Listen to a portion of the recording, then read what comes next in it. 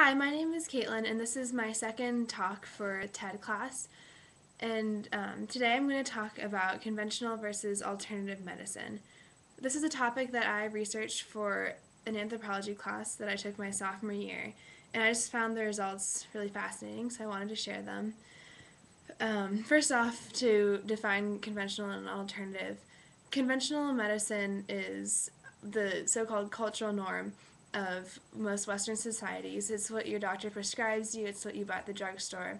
And alternative is a more ancient, holistic in nature approach to medicine that oftentimes involves herbal remedies. So, the main question that I'm asking here is when a person has these two options, what causes them to take one path versus the other? And what I found in my research is that there are a lot of cultural factors in making this decision, and society actually implements a lot of, it has a lot of effect on how people decide. So the main factor in this decision that I found was a person's perception of the body. And cultural anthropologists define the body as a socio-cultural entity, meaning cultural and society can actually have an effect on how someone perceives their own body.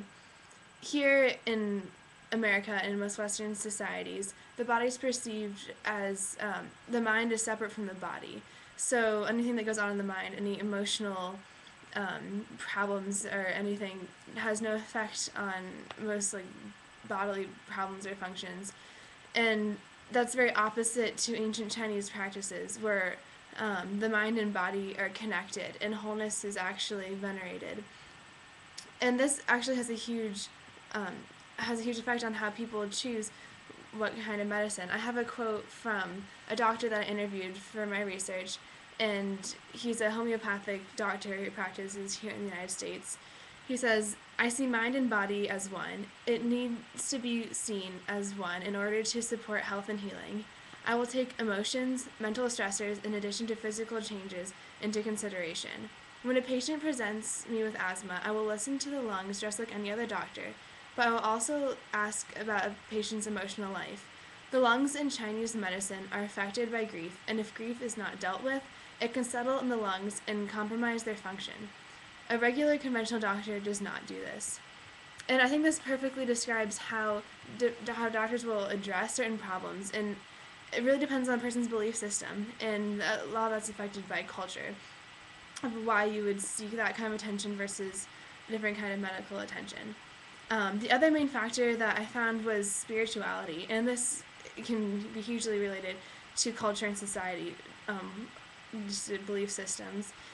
And basically, when illness is attributed to a power that's greater than biology and greater than physical elements, people need to call on a healing power that's greater than, say, pharmaceuticals or something of the physical nature.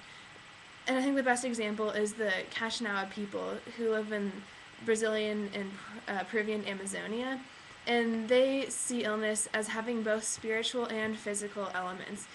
So when someone is afflicted with an illness, they need to not only prescribe medicine such as other pharmaceuticals or some kind of herbal remedy, but they also need to call upon shamans to cure the spiritual aspect of the illness.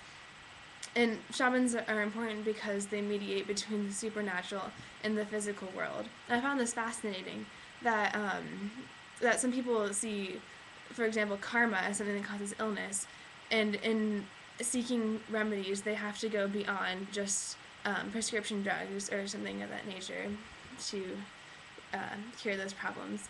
So basically, cultural practices and belief systems have a huge effect on what kinds of medical paths people take in their healing, and the choice really lies in cultural beliefs.